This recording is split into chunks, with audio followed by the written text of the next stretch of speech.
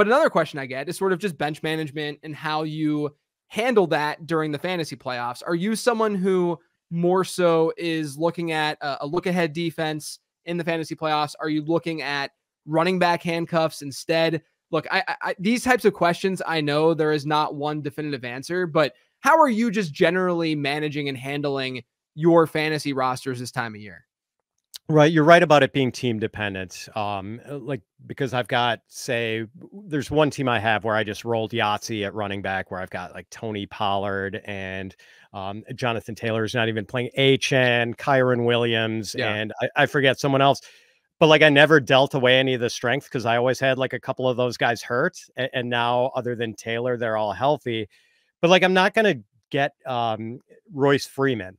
Because like Royce Freeman is never going to crack my starting lineup, even if, like Kyron Williams could break his arm and I'm still not going to play Royce Freeman the rest of the way. So, but generally, JJ, I share your philosophy on handcuffing. Like I don't draft handcuffs because I don't want to dedicate 2 roster spots to the running back position on one team. Right. It's just like that's robbing you of one chance to strike gold somewhere else. Right.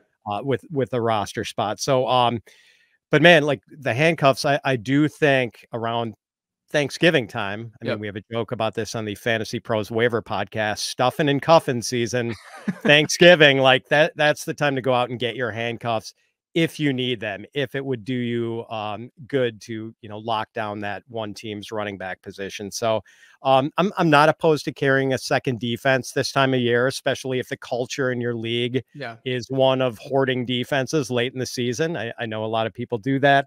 I'm willing to carry a second quarterback in a 1 QB league, something I'm generally not going to do during the season. Same with the second tight end.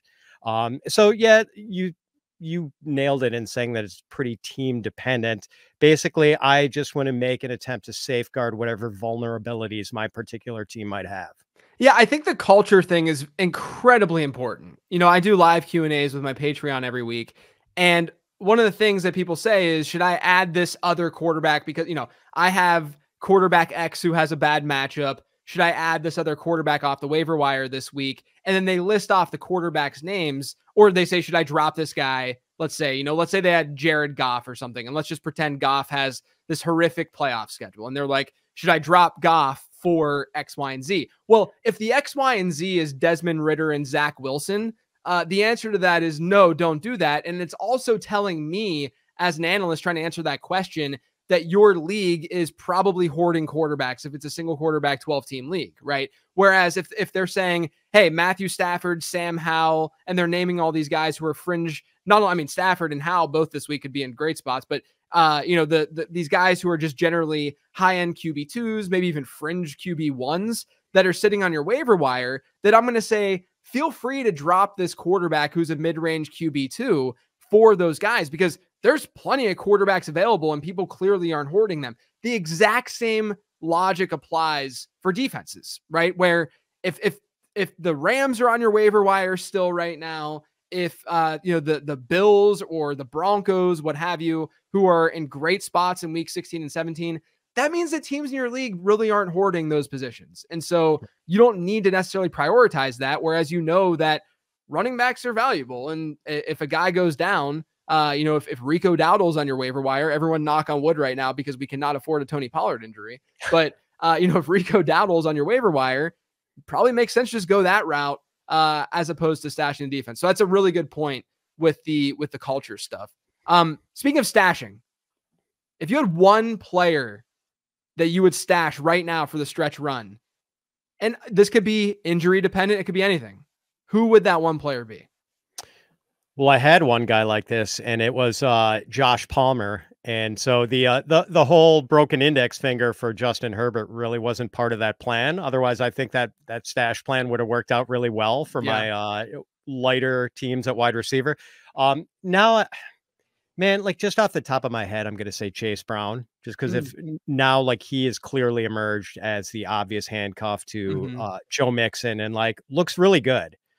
Now, I don't think he has any standalone value right now, even though he made those 2 big plays in the passing game last week. But like he showed me something.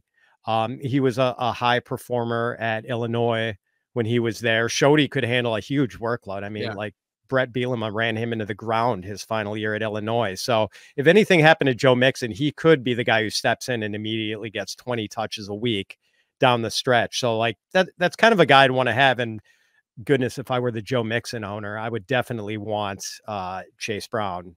Yeah. Something else that I think is really pertinent to the running back handcuff discussion is that if we are analyzing schedules and, upcoming outlook for these running backs, like a DeAndre Swift, for instance, he goes back-to-back games against really tough defenses, but their schedule really opens up during the fantasy playoffs, right? One of the things that I talked about on 15 transactions earlier this week was Kenneth Gainwell, to me, becomes a more attractive handcuff because we know that the schedule for Philadelphia is really favorable. I'm not saying that standalone Gainwell is someone that I want to start, but as a handcuff in that category, I'm going to like him a little bit more. Same with a Tyler Algier type, right? Bijan Robinson has arguably the best schedule in the fantasy playoffs. And if he ends up going down, again, everyone, please knock on wood as hard as you possibly can right now. But if Bijan Robinson were to go down, Tyler Algier, I do think Cordell Patterson would be involved and such, and it wouldn't be as clean, but it would be a pretty great spot for him to be in because the schedule is so nice. So that's another thing to really think about with the handcuff stuff. Chase Brown's a great call out, though. I thought that he was a really fun and interesting prospect. The biggest negative for me analytically was his age because he came out a little bit older, but he was explosive. Like he tested really well. He looks explosive. We've already seen him look really, he looks more explosive than Joe Mixon, that's for sure. And so I do think that he's a very, very interesting player.